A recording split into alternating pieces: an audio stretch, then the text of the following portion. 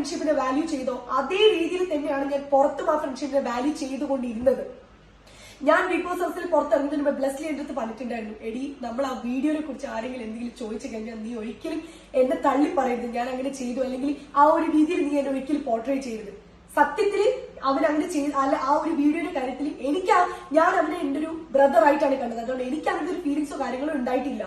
അപ്പോഴും പുറത്തിറങ്ങിയപ്പോൾ ആളുകൾ ചോദിച്ചപ്പോഴും അതിന്റെ ആൻസർ പോലും ഞാൻ അവന് ഒരു പ്രശ്നം ഉണ്ടാവരുത്, അല്ലെങ്കിൽ ഇത് കാരണം അവൻ ഒരു കാര്യം ഫേസ് ചെയ്യരുതെന്ന് വിചാരിച്ചത് ഞാൻ അവരെ ഓരോരുത്തരും, ഇപ്പൊ ഡോക്ടറിനാണെങ്കിലും ബ്ലസ്ലിനാണെങ്കിലും ഞാൻ സപ്പോർട്ട് ചെയ്തിട്ടേ സംസാരിച്ചിട്ടുള്ളൂ. കാരണം ഞാൻ പുറത്തിറങ്ങിയിട്ടും അവരുടെ ഫ്രണ്ട്ഷിപ്പിന് ഞാൻ വാല്യൂ കൊടുക്കുന്നുമുണ്ട്.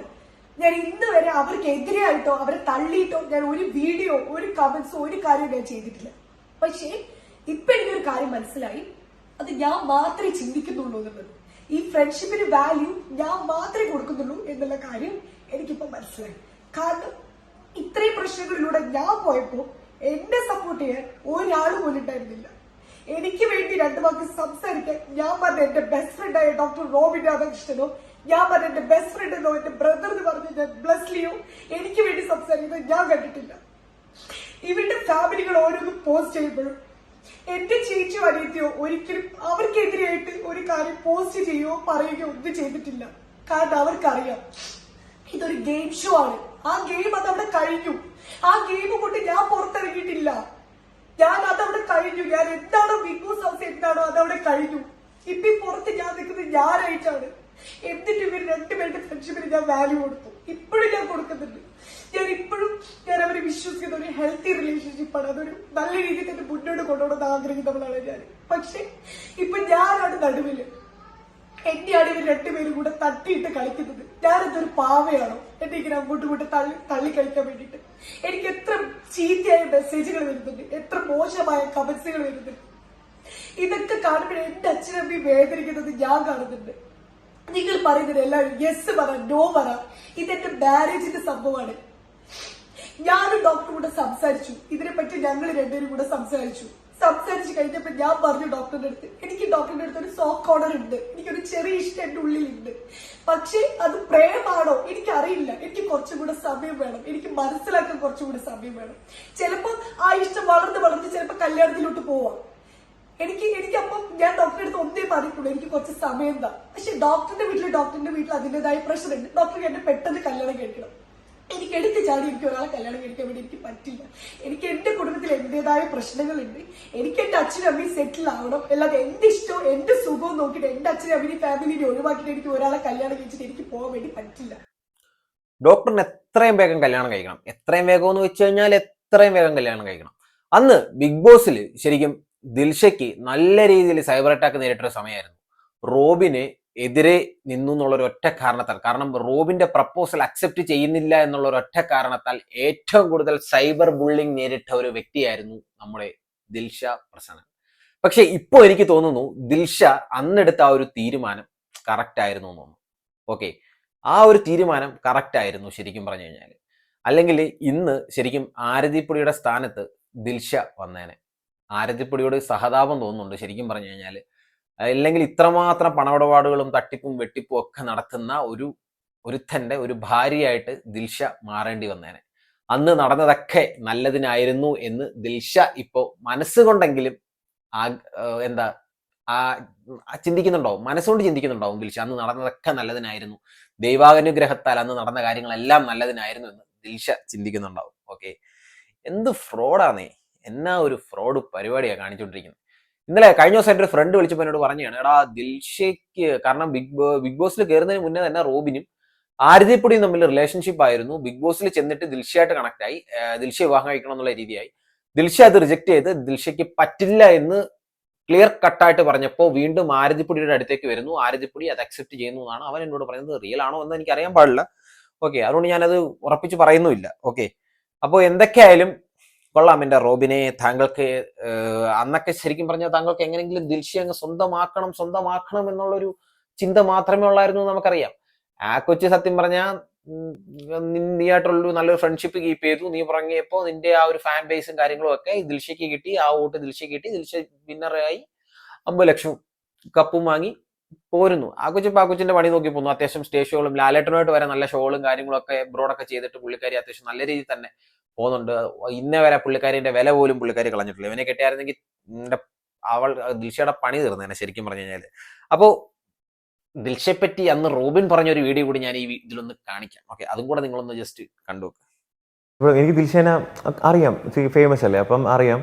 അപ്പോൾ പക്ഷേ ദിൽഷയ്ക്ക് എന്നെ അറിയാം, അവിടെ വന്ന ആർക്കും എന്നെ അറിഞ്ഞൂടാ. ദിൽഷയ്ക്ക് എന്നെ അറിയാം. ദിൽഷ എൻ്റെ വീഡിയോസ് ഒക്കെ കണ്ടിട്ടുണ്ട്. മറ്റേ ഇച്ചിരി ഫേമസ് ആയിട്ടുള്ള ഡോക്ടർ അല്ലേ, ഞാൻ കണ്ടിട്ടുണ്ട് വീഡിയോസ്.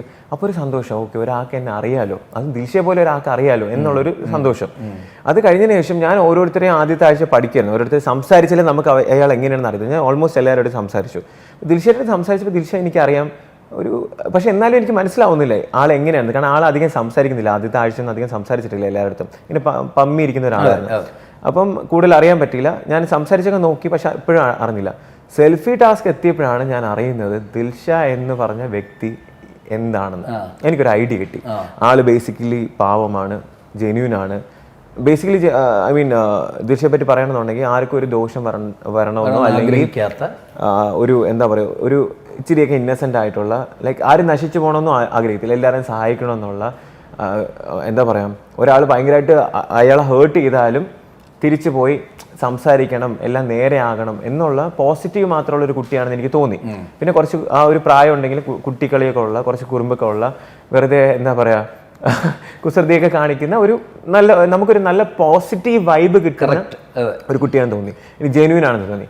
മെയിൻ ആയിട്ടുള്ള കാര്യം ബാക്ക് സ്റ്റാബ് അല്ലെങ്കിൽ ബിട്രേ ചെയ്ത് നമ്മൾ എന്താ പറയാ മോശം പറയത്തില്ല. ഒരാളിനെ പറ്റി മോശം പറയാത്ത ഒരാളാണ്, ഗോസിപ്സ് പറയാത്ത ഒരാളാണെന്ന് എനിക്ക് മനസ്സിലായി. അപ്പൊ എനിക്ക് വിശ്വസിക്കാം, കാരണം ഞാൻ അത് പറയത്തില്ല. അപ്പം എന്റെ കൂടെ ഉള്ള ആളും എന്ത് ചെയ്യണം, അങ്ങനെ ആയിരിക്കണം. അപ്പം അല്ലെങ്കിൽ ഞാൻ ഓപ്പൺ ആയി കഴിഞ്ഞാൽ എന്നെ പറ്റിയുള്ള കാര്യങ്ങൾ മറ്റുള്ളവർക്ക് പറയുമെന്നുള്ളൊരു മാറും. മനസ്സിലായില്ലേ? എനിക്ക് ഞാൻ മാത്രമേ ഉള്ളൂ എന്ന് വിചാരിച്ചതാണ്. പക്ഷേ ദിൽഷന്റെ എല്ലാം കണ്ടപ്പോൾ കൊള്ളാം. അതിന്റെ ഇടയ്ക്കാണ് ബ്ലെസ്ലി ഏറി ഗോൾ അടിച്ചത്.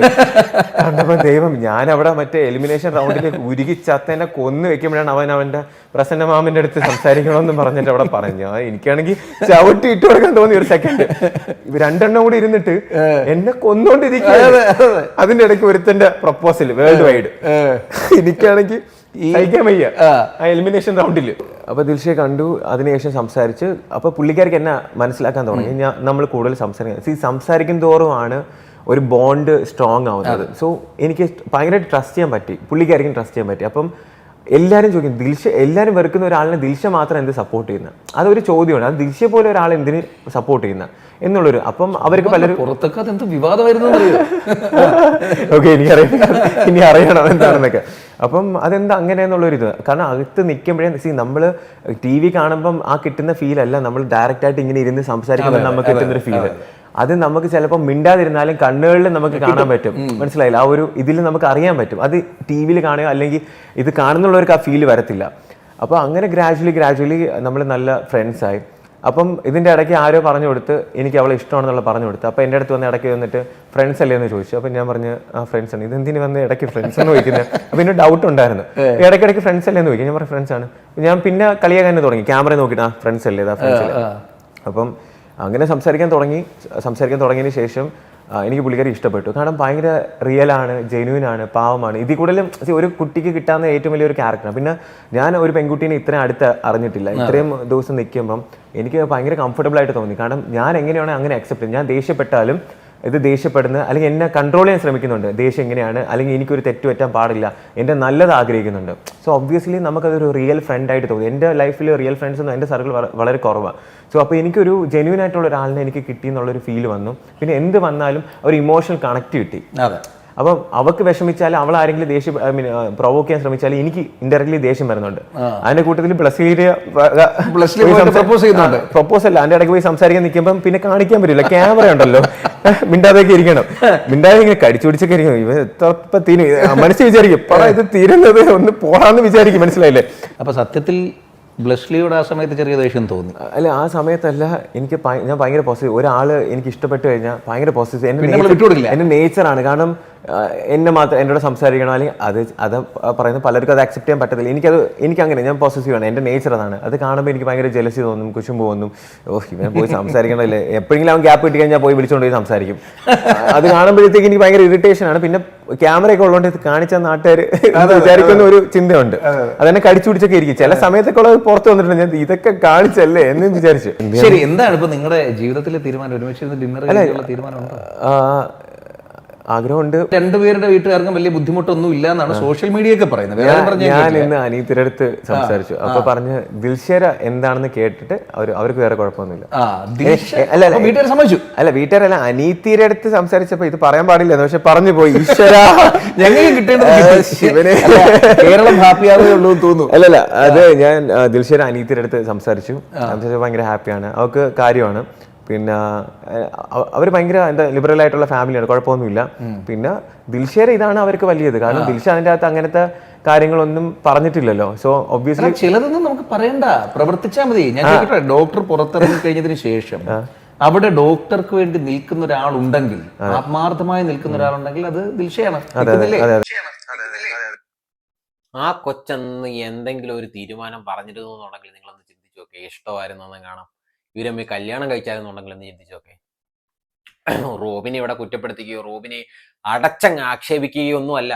ശരിക്കും റോബിൻ ഈ പണമെല്ലാം വാങ്ങി എന്ത് ചെയ്തു എന്നൊരു കാര്യം പുള്ളി പറയണം. പുള്ളിക്കാരൻ ശരിക്കും പറഞ്ഞ ഇപ്പൊ ആളുകൾ വന്ന് പറയുന്ന കാര്യങ്ങൾ പോലും പുള്ളിക്കാരൻ ഇപ്പൊ ഡെയിലി കൊണ്ടു നടക്കുന്ന കാർ അടക്കം റെന്റിനെടുത്ത് കൊണ്ടു നടക്കുകയാണെന്നാണ് ശരിക്കും ആളുകൾ പോലും പറയുന്നത്. 4000 കൊടുത്ത് താറ് റെന്റിനെടുത്ത് കൊണ്ടു നടക്കുവാണ്. പോർഷ് ലൈഫാണ്. ശരിക്കും ഇവർക്കൊരു പോർഷ് ലൈഫ് കാണിച്ചേ പറ്റത്തോളന്നേ ശരിക്കും. കാരണം ഇത്രയും വലിയൊരു ഹൈപ്പിൽ നിൽക്കുമ്പോൾ ഇനി പഴയ ഒരു ജോലിയിലോട്ടൊക്കെ പോയി കഴിഞ്ഞാൽ നാണക്കേടാകുമോ എന്നൊക്കെയുള്ള ഒരു ഉത്ഭയമായിരിക്കും. പക്ഷെ അതിനൊന്നും മടിക്കണ്ട. ശരിക്കും നമ്മൾ മനുഷ്യരാണ്, നമ്മൾ കുറച്ചു കാലം മാത്രമേ ഭൂമിയിൽ ജീവിക്കുന്നു. അത് മനസ്സമാധാനത്തോടെ ജീവിച്ച് തീർക്കാൻ ശ്രമിക്കുക. എൻ്റെ റോബിനെ വീഡിയോ കാണുമെന്ന് പോലും എനിക്കറിയാൻ പാടില്ല. ആ ഒരു ജീവിതം മനസ്സമാധാനത്തോടെ ജീവിച്ച് തീർക്കണമെന്നുണ്ടെങ്കിൽ സത്യം പറഞ്ഞാൽ പണിയെടുത്ത് പായസം ഉണ്ടാക്കി നമ്മുടെ ആവശ്യങ്ങൾ സാധിച്ച് കിടന്ന് ഉറങ്ങുമ്പോൾ കിട്ടുന്ന ഒരു സന്തോഷവും സമാധാനവും അത് വലുത് തന്നെയാണ്. ഇനി എന്തൊക്കെ പറഞ്ഞാലും ഓക്കെ.